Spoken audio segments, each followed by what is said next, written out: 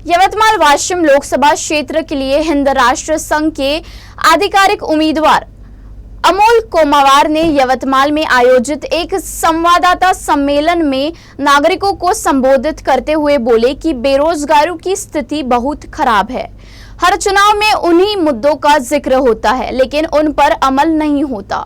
इसलिए हम मतदाताओं को उनके अधिकारों के प्रति जागरूक करने का प्रयास कर रहे हैं। हिंद राष्ट्र संघ पक्षाचे विचार, ध्येय, धोरण लोकांपर्यंत, प्रत्येक तळागाळातल्या लोकांपर्यंत पोहोचवावे आणि मतदार जागृत व्हावे हाच मुख्य उद्देश आहे।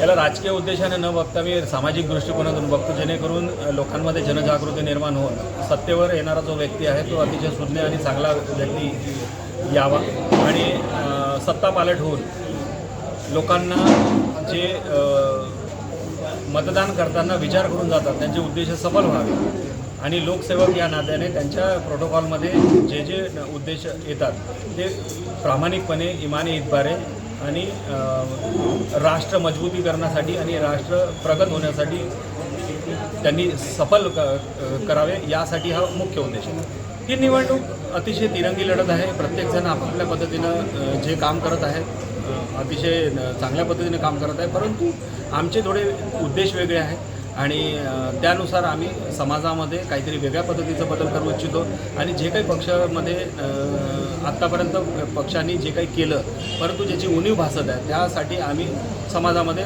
राजकीय दृष्टिकोनातून आरोग्य,